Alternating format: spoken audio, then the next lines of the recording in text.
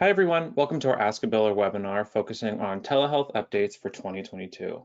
Before we get started, I just wanted to share a few notes about this webinar. You will be receiving the recording and the slides from today's webinar in the follow-up email going out tomorrow morning. Also, if you're having any technical difficulties throughout the webinar, we suggest you refresh your GoToWebinar page and re-enter the webinar. Taking a quick look at our agenda, we'll be introducing our speakers for today, and then we will be answering our pre-submitted questions. Quick little introduction about myself. My name is Nick, and I'm the Senior Partnerships and Events Manager at SimplePractice, but that is not why we're here, so I'll pass it over to our speaker, Barbara. Barbara, would you like to introduce yourself? Why, sure. Thanks, Nick. Always glad to be invited. My name is Barbara Griswold. I am a private practice consultant, and I am the author of Navigating the Insurance Maze, the Therapist's Complete Guide to Working with Insurance and Whether You Should, which is soon coming out in its 9th edition. And I've been in private practice 32 years and made a lot of mistakes along the way. And my job is to try to help you not make those same mistakes. That's kind of how I see it. So I'm here to consult with therapists nationwide on insurance documentation and the business side of private practice. So please contact me if you'd like a consultation. But today we are talking about telehealth specifically, huh? Very excited. And if anyone wants to look at any of our past webinars, and with Barbara, there are a lot, simplepractice.com/askabiller-series. Great, and now we will jump right into the questions. Thanks again, Barbara, for being here. We're looking forward to this great content. Yeah, you guys submitted a lot of great questions, and thanks for doing that. And I think I've also put in a few of my own that I get asked a lot, so I think you're going to find something here helpful. I guess I should also say, like right from the beginning, hold on, that, you know, a lot of what we talk about today is going to be different tomorrow. Telehealth is probably, of all the topics I talk about, the most ever-changing field. So be sure whenever you're watching this, if you're watching the recording, that you double check all this. It's going to vary by payer, it's going to vary by person, it's going to be, and it's going to be probably a lot of it out of date by the time that we finish the recording. So all I'm saying is we're going to give the best information we can at the present moment and hope that it is helpful to you. Great. Thanks, Barbara. I'll start with our first question is, what are the best codes and modifiers to use when billing for telehealth sessions right now? Okay, so I actually put all three of these together. So these are three different questions, so you can go on and read the other two. Great. Do we need to use the 95 code, and then has the office location code changed? So people had a lot of questions about coding, so I decided I'm going to mush them all together and then answer them with a couple of answer slides here. So let's review. For some of you, it'll be news. For some of you, it'll be review, but it's kind of as easy as 1, 2, 3, I'm going to call it. Number one, you have to choose a CPT code. What's a CPT code? That's that 5-digit code that tells the insurance plan what kind of service did you provide. Did you provide a couple session? Did you provide an individual session that was 60 minutes? Did you provide a 45-minute session? Did you provide an intake session? So the good news with telehealth is that it's the same CPT code that you would have used if you saw the person in person. Okay, yay. No, not a whole new set of codes to learn. But so how does the insurance plan know it was a telehealth session? You're going to need to add change the place of service code. So the place of service code, you know, there's a different one for telehealth. And then they, just to make it crazy, they decided to change that as of January 1st, 2022. So if you didn't hear, now there's 2 telehealth place of service codes. There is the place of service code 10 when the client is at home. That's kind of new as of this year. And a place of service code 02 when the client is anywhere else. So it used to be that 02 was all telehealth. That made it really easy. No, they don't want to make it easy for us. No. So this is what they broke it down to. Now, to make it even more complicated, oh, let me just say, it doesn't matter where you are. It matters where the client is. So you could be at home in your jammers, and it's really where the client is. Just to make it more complicated, though, some plans say, Even though it's telehealth, don't use the telehealth codes, including TRICARE and Medicare, like these federal plans. They're saying, hey, keep using the place of service code like 11 for office that you would have used if you saw the person in person until the end of the federal public health emergency order. Now, some people are going to say, oh, well, I'm billing Medicare and I'm using the place of service code 02. Well, good for you, but you might have noticed that you're probably getting less money. So if you use the telehealth code, you can use it, it will pass, it will be reviewed, but you might get a lower payment. So right now, if you want to get the ultimate payment, you should be using the 11 for office, and that's okay. They are wanting you to get as much as possible, and they're verifying, saying yes, yes, yes, use the 11. So if you are billing a federal plan, do check, but Medicare and TRICARE are some that are saying keep using the regular office code. Now, what's the 3? I said it's as easy as 1, 2, 3. So those are the 1, 2, and 3 would be that you often need to add a modifier that basically, again, tells them it was a telehealth session. Now that modifier is usually going to be a 95, and this is a modifier on the end of your CPT code. So you might have a CPT code with a little dash and then your modifier. GT is often accepted. That's the old modifier. It's accepted by many, many health plans, but not all of them. But to make it complex, don't assume. Certain plans are requiring a GT. Regents plans change the POS and the modifier codes desired as of July in 2021. So for example, like they won't accept 95. They must have GT. And so everything, it can vary by the health plan. But for the most part, if when in doubt, use the 95 modifier. That's pretty well the established one. What about phone sessions, you're going to ask? Often coded the same as video.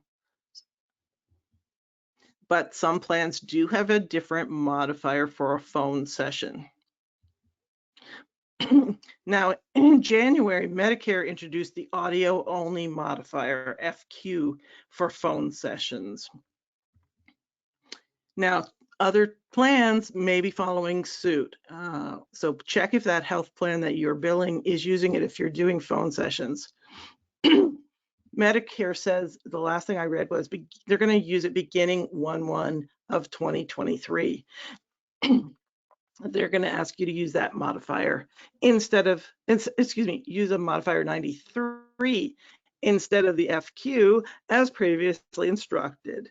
So you can see how they're playing with our little heads here. As soon as they tell us one thing, things change. And now they're saying use the modifier 93. But that's starting in 2023. Cigna and Regents are the only ones I've found so far who want the FQ for phone. So you're going to have to, again, check with the website that, the health plan that you are billing to see how they want you to code phone sessions and if it's any different than video or if it's even covered, which we'll talk more about later. So let's just briefly, quickly look at it on a CMS 1500 claim form. You're going to see that next to the dates of service, you're going to have that place of service box, which tells the plan, as we said, where the service was provided. You're going to got your CPT codes for each date of service, and you got your little modifier, little section, which goes there right to the right. So if you're filling these out online or in other ways, and then if you have like a super bill or some kind of statement, you're going to have your place of service code there. And many of us never put these on our super bills beforehand, but now that we have telehealth, I really recommend you have a different column and have a modifier column just to make it super clear. Or if you want to, you could just put a -95 after your CPT code. And then I kind of like to put it in my service description. Just make it like super clear so you know it's being processed accurately. You can purchase these claim forms or super bill samples in my practice form packet.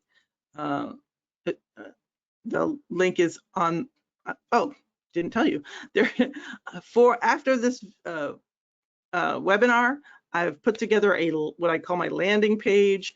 So I'm going to mention a lot of links today, and if you go there and you type in your email address, you're going to get a lot of free stuff and links to other stuff. And it's going to be, I want everyone to just write this down or cut and paste it, theinsurancemaze.com/video. So I always get asked afterwards, what was that? Please take a moment to write it down. I swear there's going to be great stuff on there that we're going to talk about over and over again today. Theinsurancemaze.com or theinsurancemaze.com/video. We're going to have all kinds of stuff I'll talk about today that you're going to get there. Great. On to our next question. If I'm at my office and I have a virtual session with a client, do I bill it as a telehealth or regular office session? Okay, so I hope that you got from my last section that it doesn't matter where you are, it's where is the client. So it doesn't matter that you're sitting at your office, it doesn't matter if you're in your bedroom, it doesn't matter if you're at, McDonald's. What matters is where is the client. First of all, it's a virtual session, so right now you're going to be choosing one of those telehealth codes, and then you just need to choose where are they. Are they at their home or are they somewhere else? Does everyone have telehealth coverage? How do I find out if a client has telehealth coverage?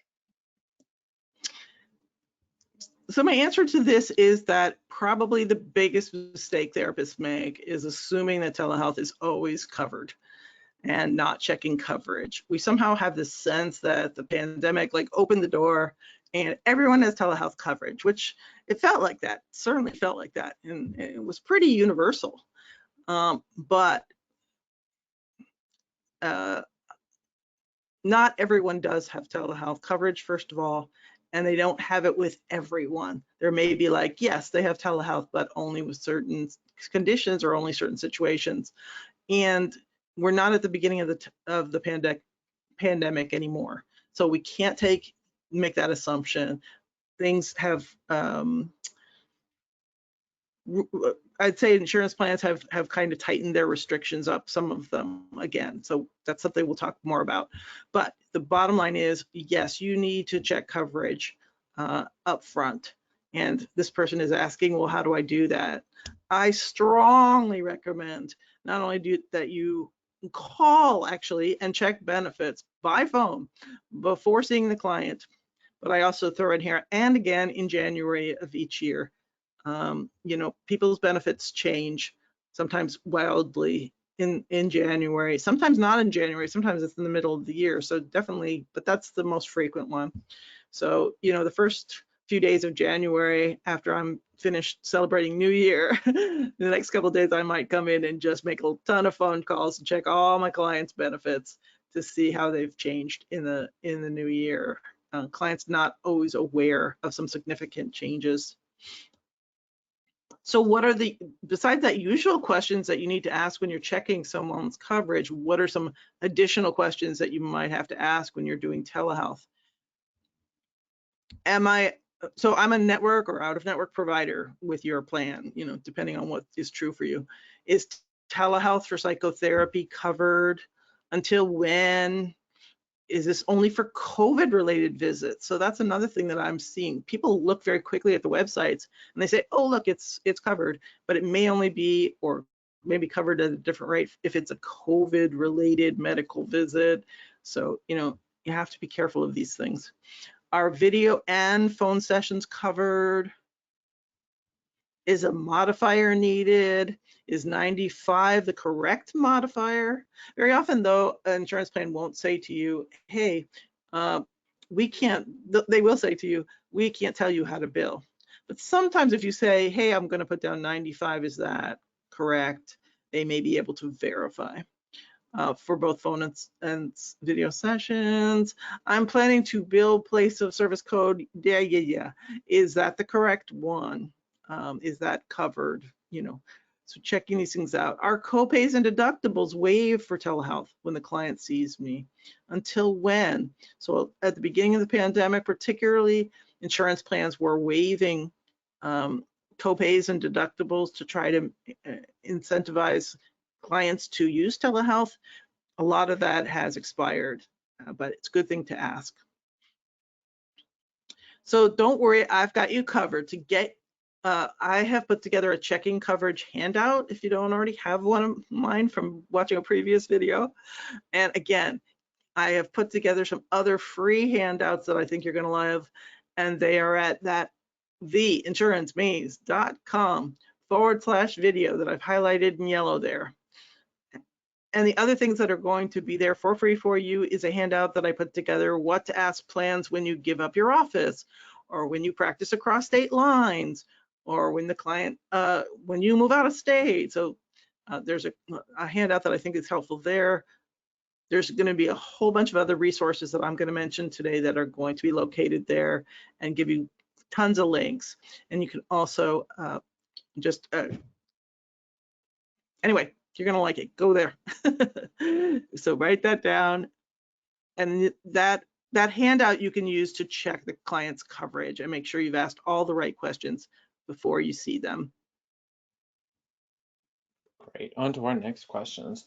What changes do you see coming with telehealth billing and compensation? And does it look like most insurances will keep covering telehealth for 2023?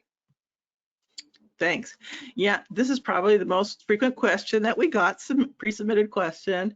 I wish I knew the answers to this. As you would think insurance plans would like really sit down and say, okay, look, we can kind of see the scape and the landscape of what's coming here, and let's kind of post a policy and go forward and tell people what's going to happen. And they really haven't done that as much as one would like. So, but I will say a few things about that. I have four predictions.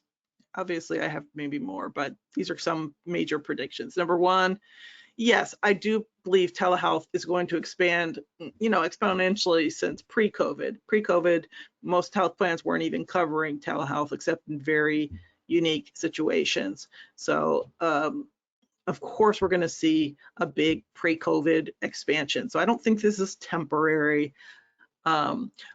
But what I think is that we have this idea that maybe like there'll be a federal legislation that comes down and says, hey, all telehealth should be covered, and everywhere in the country it will be covered. What we're seeing is that it's going to vary hugely by health plan, by state, by all different types of factors. And so it's so patchwork, and that's going to make checking coverage really difficult. It's going to make expectations really that we can't really assume anything, and it just makes it really hard for us as therapists, and our job is already hard enough. I would say this is making our job just so much harder and making more people think, I don't even know if I want to work with insurance or if I even want to stay in this business. I hear this more, and it's very disheartening to me, and that so many great therapists are really saying this is just too difficult.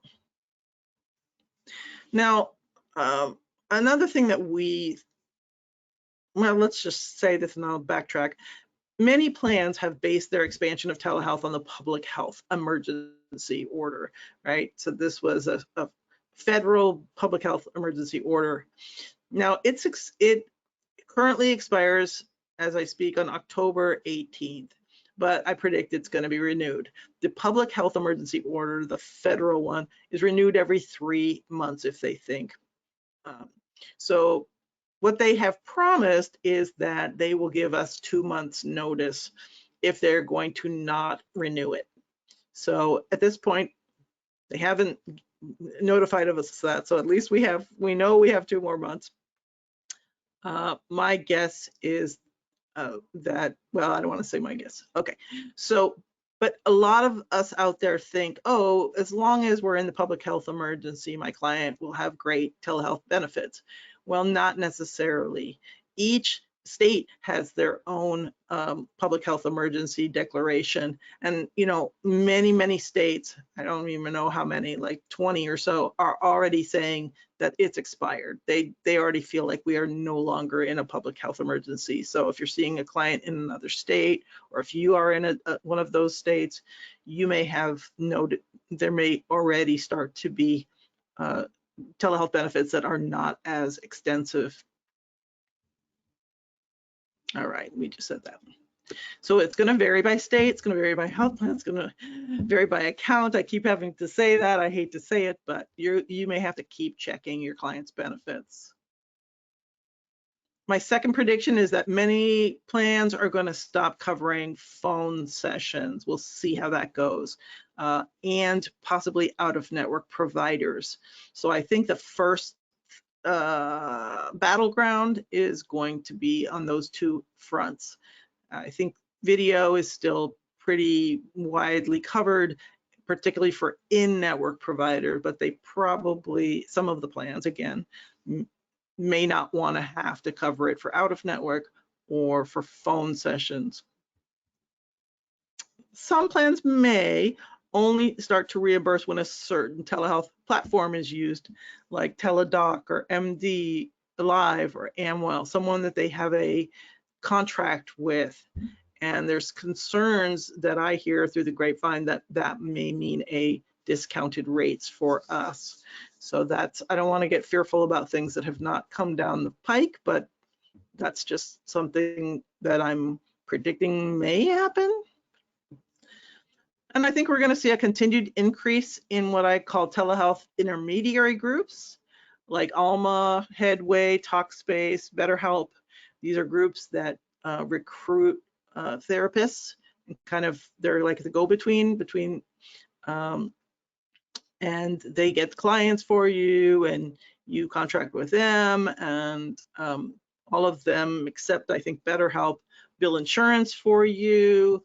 And so there's kind of this new huge interstate groups that are popping up that are things that we now have to learn about and see whether we want to participate with.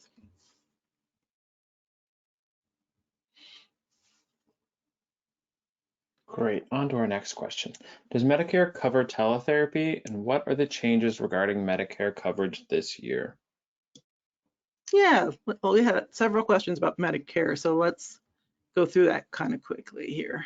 So Medicare really embraced telehealth during the public health emergency. They increased the range of services. They added over 60 services to be covered via telehealth beyond the end of the public health emergency. So these were like saying, yeah, forever, we are going to cover all these extra services. They permanently approved that clients could receive telehealth in all settings, including their homes, which was great. They increased provider reimbursement for telehealth. Great. They authorized phone telehealth services. So they just went kind of, they were great. Hello,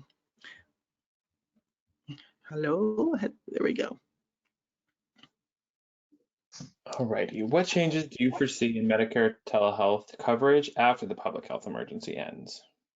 All right, so reimbursement is probably the biggest area of concern here, because after the public health emergency, certainly guessed that Medicare provider reimbursement may decrease back to the pre-COVID rates.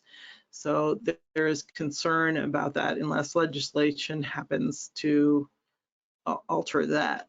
So that there's a lot going on at the federal level to try to, you know, make sure that expansion stays in place and that reimbursement is high, continues to be good. But my understanding is that legislation needs to happen to make that happen, and right now that's not guaranteed. Now, the other issue that's become a really big one is the in-person visit. At this point, my understanding is that the rules state that you must have an in-person visit within 6 months of the public health emergency expiration, and then every 12 months afterwards.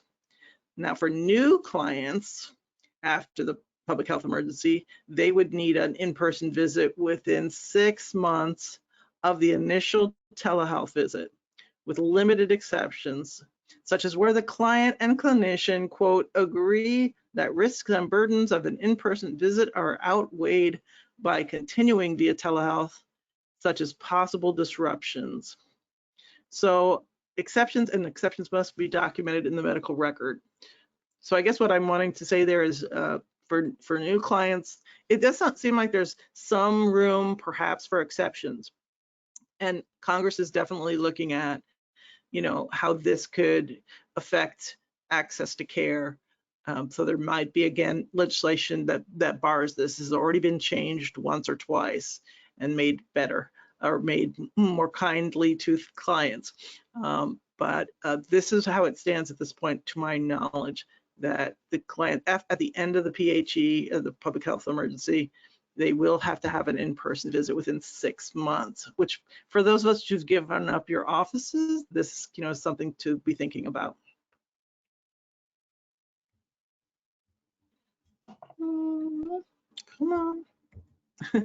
Doesn't want to advance here. Come on, there we go.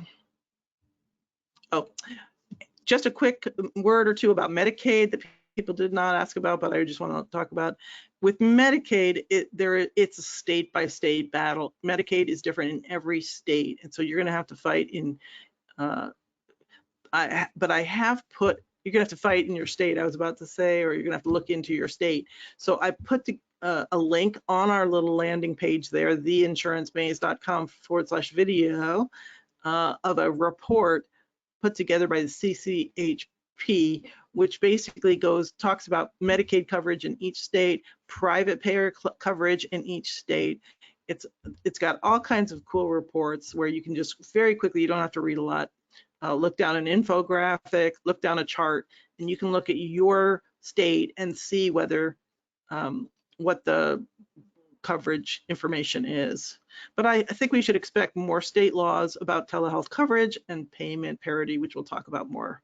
So push your statement legislators and your professional associations.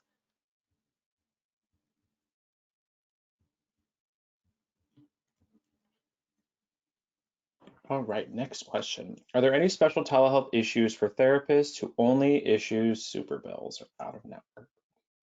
Sure, this is going to vary by the plan again and by the client account as to whether out-of-network therapists are covered. But many plans are only covering in-network providers. I don't want to say many plans, but some plans. How about that? Or they may be only covering out-of-network therapists temporarily during the public health emergency. So I would just say if the plan doesn't cover you or stops covering you, contact them, and you might want to see if special arrangements can be made to continue to cover an ongoing client, something that might be called a single case agreement or a network gap exception. Your client can also contact them for those situations. You don't have to contact them. How long can you do virtual visits with someone in another state where you're not licensed? Big question. Let me run through the details about treating someone across state lines. Generally, the rule is you must be licensed to practice in the state where the client is located at the time of the session, or you must have permission from that state's licensing board to practice. You must know that that's okay. The client's residence does not matter. So they could be vacationing, they could be moving from state to state, they could be going to college in another state. So what you have to remember, and somehow we got in our mind that, oh, it's the public health emergency, we can all practice anywhere, blah, blah, blah. No, not true at all. Many states do not allow interstate practice at all. Others require some kind of registration. They may allow temporary practice, as this person was hinting. But even temporary practice, there may need some kind of registration to do that. You might have to take a class. There's all kinds of different rules, but many states never allowed interstate practice. So you could be in trouble if you're doing that. So it also may depend on your license. It may be that I, as a marriage and family therapist, cannot see someone in New Jersey, but a psychologist could.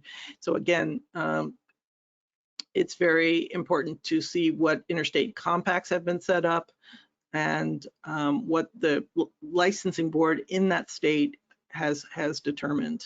So you're going to have to contact the licensing board for your license in that other state. Now, even if you find out it is forbidden, that they don't allow it, sometimes you can get permission. I've heard a couple therapists tell me, yeah, I was able to get permission because of a unique situation I had with a client or whatever. So can't hurt to try. Now, the thing we need to, people are doing this all over. Yeah, you're going to say, yeah, but all my friends are doing it. Yeah, it's important to remember that to do it, if you don't have that kind of permission or you're not licensed in that other state, it not only may be illegal, but because it is illegal, you will probably not be covered by your malpractice. And if anything bad happens, you are left pretty naked. They're not going to defend you. So my understanding is most of malpractice coverage will cover you as long as you're practicing legally. But as soon as you go outside the bounds of legality, they will not. So check with your malpractice carrier if you want to. What if you're seeing couples or family members in different states? Each one of them needs to be in a state that you are licensed or permitted to practice in. I have a whole bunch of resources on the landing page for interstate therapy because this is such a big area of questions, including I have each state's licensing board emergency practice rules. I have a link to that. I have contact information for each state licensing board. So I think that's going to be really helpful for you. Again, both of those is at our landing page at theinsurancemaze.com/video. Now, what about if you have left the state temporarily? This is usually not an issue. Usually, again, it's where your client's feet are at the time of the session, and usually it's not a big deal if you have left the state. But the thing I want to talk about, since this is a webinar that focuses a lot on insurance, is even if you're practicing legally, insurance might not cover it.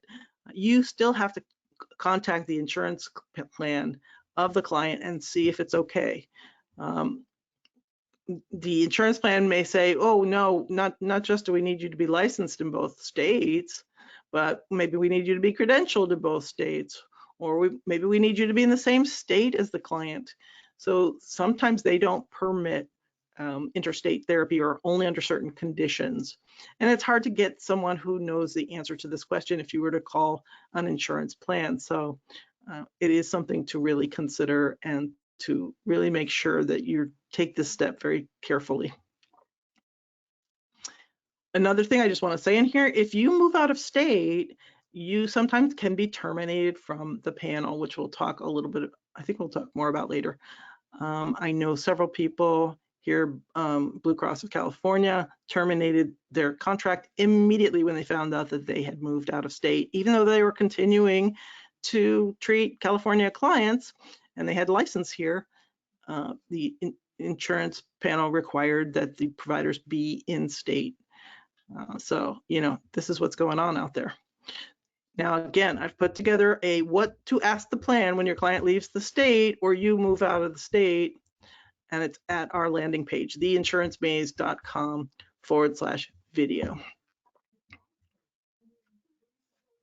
What about interstate licensure compacts I hear about?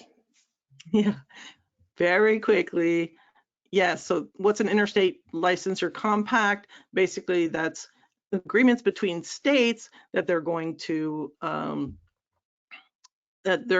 say, oh, okay, the MFTs in your state can see the MFTs in our state, or the psychologists in your state. We're going to make an agreement between our states, and that your psychologists can treat could treat clients in our state, and vice versa. So that sounds like the solution to everything, but as I looked into it, it really seemed much more complicated than I thought. You might have heard of PsyPact. This is only for psychologists. As of recently, they have 31 states. but you have to apply, you have to pay a fee, you have to obtain 2 credentials, then you have to apply to each state that you want to get the permission to treat someone in that state. So it sounds very cumbersome and expensive, and I was hoping it was just kind of much more of a, hey, yay, sure, of course you can treat in our state. There's one for counselors, and this is not MFTs, this is for LPCCs and LMFHCs. The Counseling Compact, there's only 16 states. But this is only in the works, and they're hoping to open up for applications in late 2023 or early 2024. Social Work Compact is in the very early stages, and they're hoping to start the legislation in 2023. They've just got a draft completed at this point. And the MFTs Compact, it's hard to even see if this is being pursued. It looked like AAMFT says we're not sure a compact is really the way to go because it seems expensive, and it doesn't seem like an easy thing for I think they're working on different fronts. But on the landing page, I've put a change.org petition to kind of, if you want to sign that, to kind of try to press for that.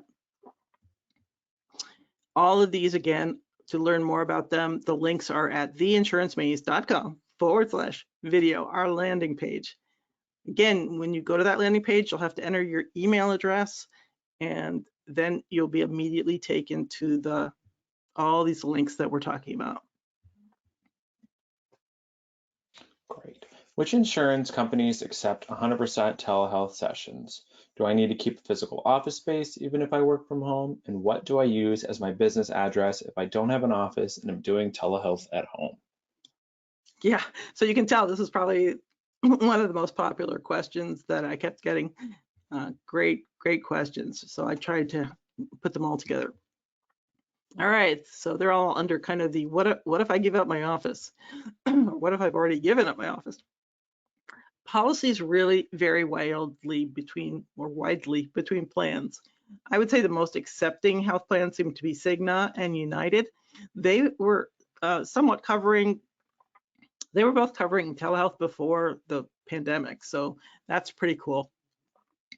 Maybe the least accepting of giving up your office seems to be Blue Cross. Definitely here in California where I'm at, they are not really thrilled with that. And last I talked to them, they said that they wanted providers to have an office, and it needed to be a non-home office. So some plans are insisting that you have a physical non-home office address. Some are insisting that you at least have a valid street address for your service location. So the NPI enumerator requires a physical address. That's the people who assign national provider identifier numbers. A PO box usually is not enough. Even if you go to a post office that gives a street address, that's a little bit dangerous because it might be easy for them to figure out if they just did a quick Google search that it's a post office. Using your home address might not be wise on claims and statements. First of all, it makes it easier for your identity to be taken, but also just, you work with difficult clients. You may not want them to have your home address or their angry partners to have your home address. I don't recommend that. So this has led many of us to get what I would call fake office addresses. For example, virtual office addresses like Regents or iPostal1 will give you an office address and a place that your mail can go, and then they can forward it. You pay a monthly fee.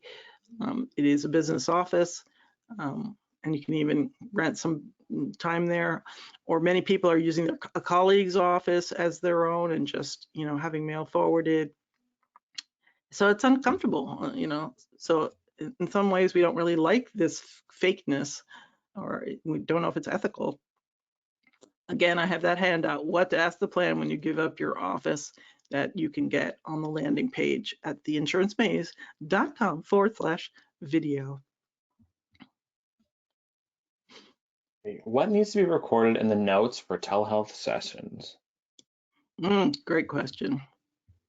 So let me go through very quickly because this is the whole webinar worth on this, but of what needs to be in your documentation. But what's specific to telehealth, mostly the notes are going to be the same as in person, but you're going to need to document if it's a video or a phone session and the platform used. I just got found out from someone yesterday that United Healthcare, they went through an audit, and United didn't want to pay for some of their sessions because they hadn't mentioned the platform that was used in each one of the notes. I was just shocked. So I quickly added that to our presentation today. So tell them if you're using, VC, or if you're using Doxy, or if you're using Zoom or SimplePractice, of course. The client location, and this is the physical address. So if you don't just write client at home, which theoretically you have the client's address at home, if they're somewhere else, then you want to say client at 12 Main Street, Topeka, Kansas, or whatever. So you want the actual physical location.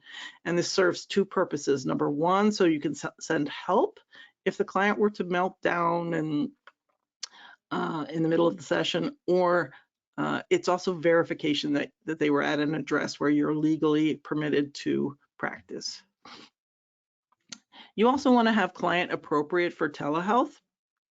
So a checkbox would be okay, just saying that you believed that the client is appropriate for telehealth, and something that says like received telehealth consent or something like that.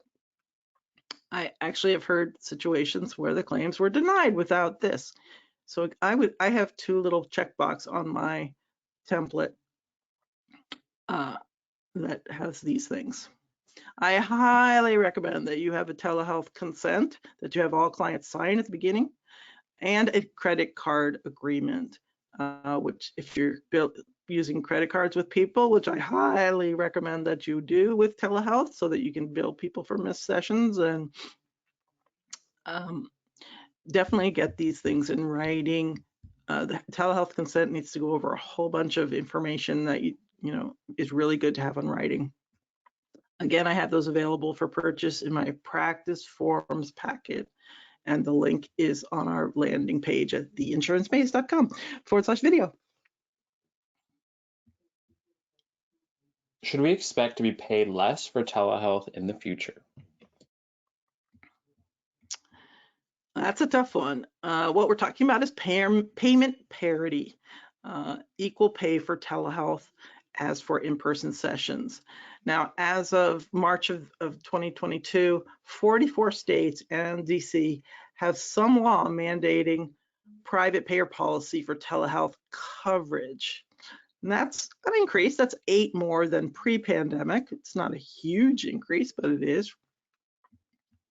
But only 21 states as of March mandated payment parity. The difference there is saying, okay, yes, maybe you have to cover telehealth if you cover an in-person session, but only 21 states are saying, yeah, and you have to pay the same if you're going to cover them. That's just 5 more than pre-pandemic. So you can see less than half, about half the states only are saying you have to pay the same. So it may be in your state, it's not required for them to pay the same, and that's horrible, right? Still, many plans are paying the same rate for in-person and telehealth, and let's hope that that continues.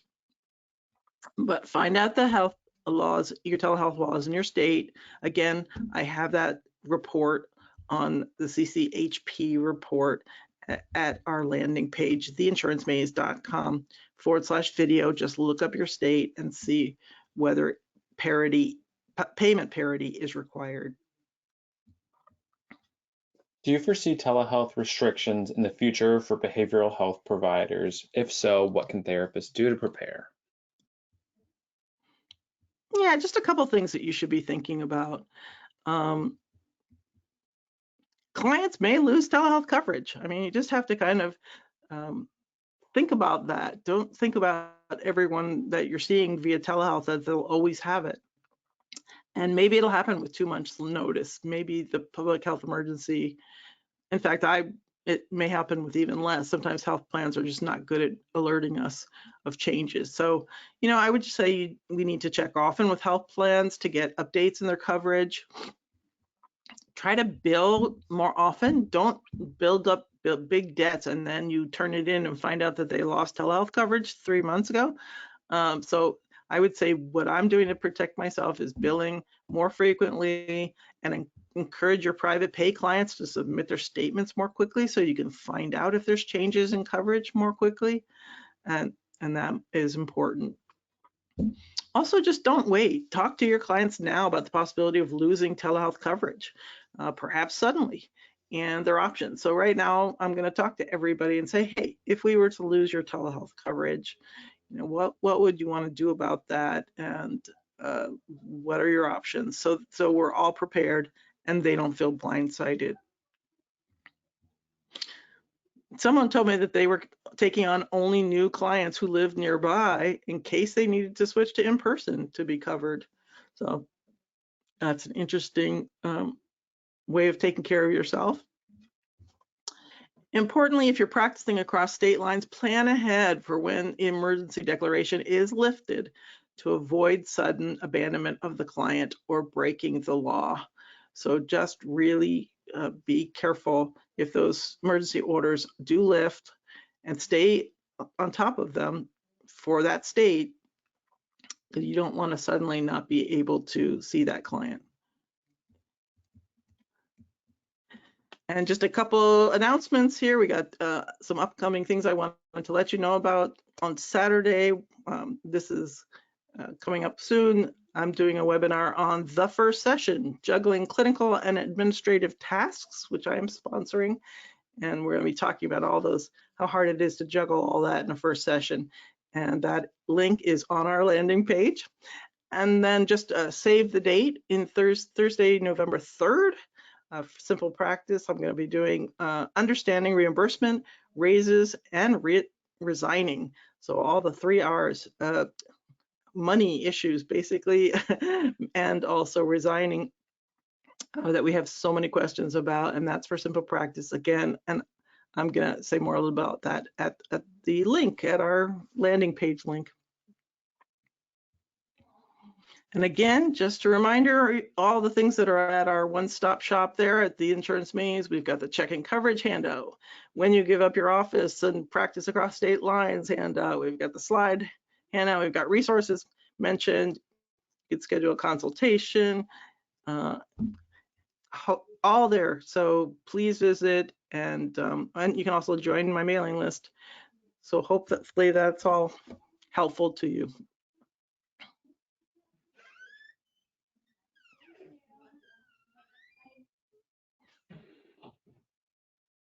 Are you there, Nick? I'm here. We do have some time for some more questions if you want to keep going, Barbara. Do you want to? Okay, let's do that. Are insurance plans requiring us to use a HIPAA compliant telehealth platform? Okay, so many of you know that, let me see if I wrote some of this. Many of you know that we are supposed to be using a telehealth platform, meaning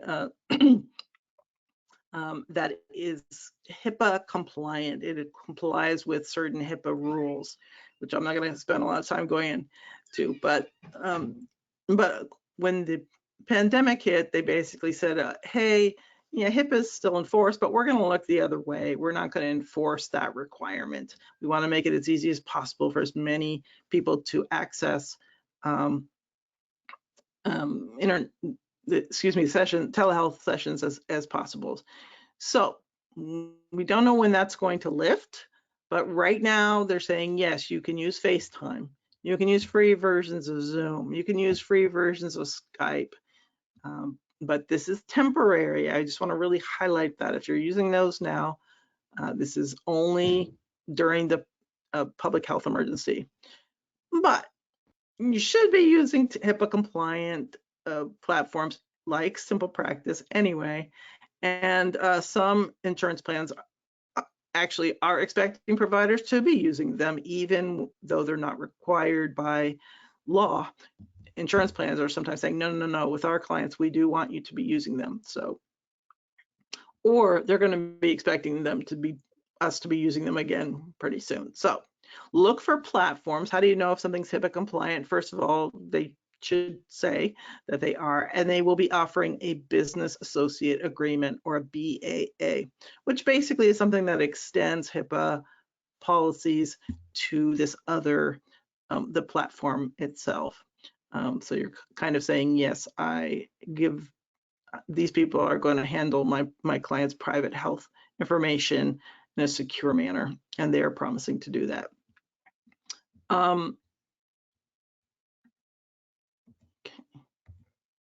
So some platforms that claim HIPAA compliance, I just have a kind of a quick list there, but obviously you want to use SimplePractice, which is the first one on there.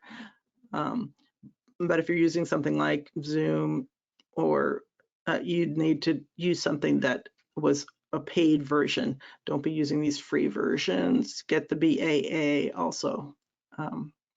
Okay. Perfect, Barbara. If you want to go to that last slide, just so we can tell our audience members that link one more time. Oh, like all the way to the end, you're saying?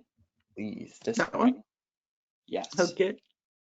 So thank you everyone so much for attending our webinar. We really appreciate you being able to attend. Just one more time, want to throw out there theinsurancemaze.com/video for all the content Barbara has shared with us today. Barbara, did you have any last words for our audience members? No, thank you all for coming, and good luck with doing all that you do, and thank you for doing it. And your clients are grateful that I'm sure I speak for your clients when I say thank you for all the great work that you do. Great. And I just want to remind everyone that this webinar will be sent out in our follow-up email going out tomorrow morning, including the slide deck. We're also offering those interested in creating a SimplePractice account an exclusive offer for 2 months free just for attending this webinar. You'll be receiving all the information about that in the follow-up email as well. Thank you all for the hard work that you do every day. We'll see you again very soon. Bye.